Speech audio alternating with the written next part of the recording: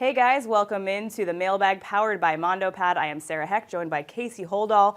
We are here, as we are fairly often, to take your questions about the Trailblazers. So let's hop right into it. You ready? Let's do it. All right, here we go. This first one comes from Keegan, and he says, what are the chances we'll see Lillard or Aldridge on the West All-Star bench? Well, LaMarcus Aldridge, 99.5% that you will see him on I'm the going bench 100. I'm going 100. You know, there's always a chance maybe someone gets injured. Maybe he decides he doesn't want to do it for some particular reason. I can't imagine what that would be. But no, LaMarcus Aldridge, pretty much as close to a guarantee as you can get to be on that roster. A lot of people thought he should have been a starter anyways. So the likelihood that he will not make that team is basically zero. Damian Lillard, it depends on a couple things.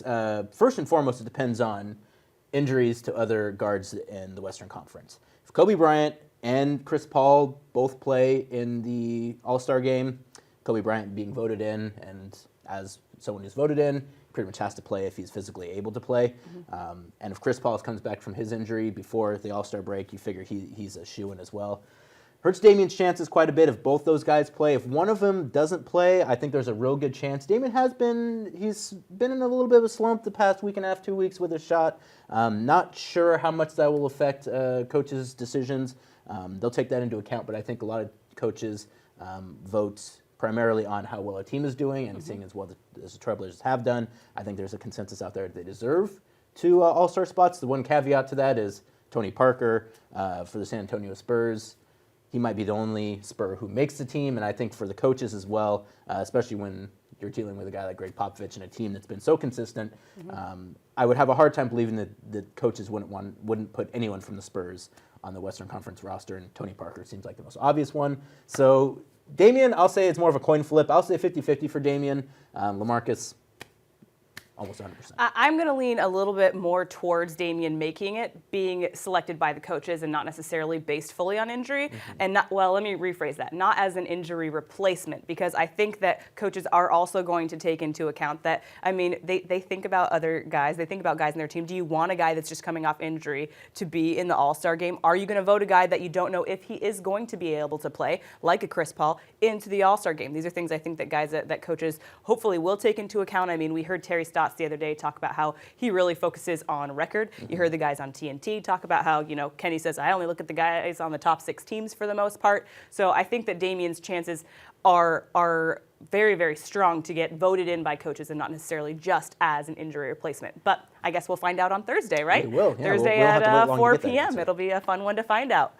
All right, next we got a question from Philip, and he said, if Batum is out for Tuesday, that is today against the Grizzlies, who will fill in for him? Batum's not going to be out. MRI came back negative. Even though he's hurting a bit right now, I would be very surprised if Nicholas Batum did not play tonight.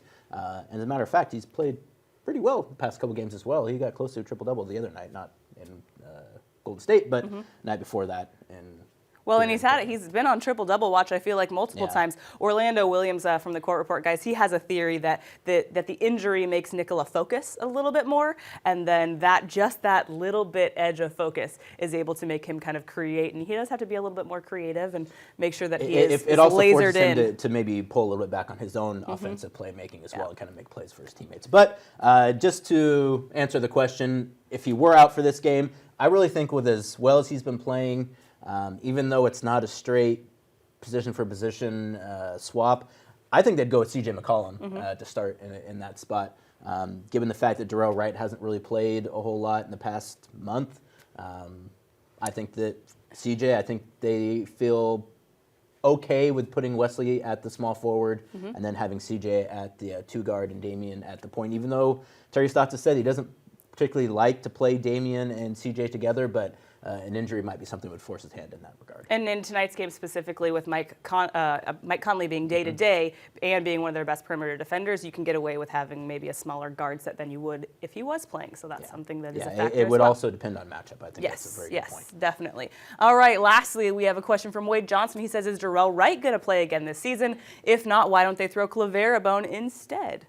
Well, kind of two separate questions there. They don't really have a whole lot of overlap. Is Dorell going to play again this season? I imagine that Dorell will probably get a shot at some point in time, but as of right now, he is not in the rotation. I think that, again, they like what they've seen out of C.J. McCollum. I think C.J.'s picking up some of those minutes alongside, or as well as Wesley Matthews also playing a little bit at the 3, and a little bit of Nick Batum extending his minutes as well. In regards to Claver, it's the issue with Victor is that, we talked about this a little bit before we came on, is that, Victor is probably a stretch 4, but the problem is that Victor is not a particularly good shooter. So if you're going to put Victor out there right now, you have to basically say, I'm putting Victor Claver out there over a Thomas Robinson, because neither of these guys is really going to stretch the floor for me.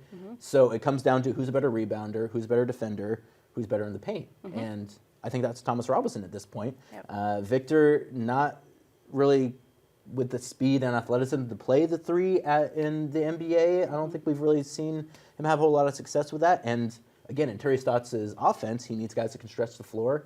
And Victor just hasn't shown an ability to do that, which, kind of hurts his chances of getting on the floor. Absolutely, and even for his national team last summer, he was playing a bit more of a kind of stretch 4 position. He was playing exclusively Absolutely, at the 4. And I think that it's really important to recognize, because when Victor did arrive with the team, a lot of people viewed him as a 3, as a shooter, as kind of that deadly outside guy that didn't really translate, and the team quickly transitioned him into being more of a stretch 4.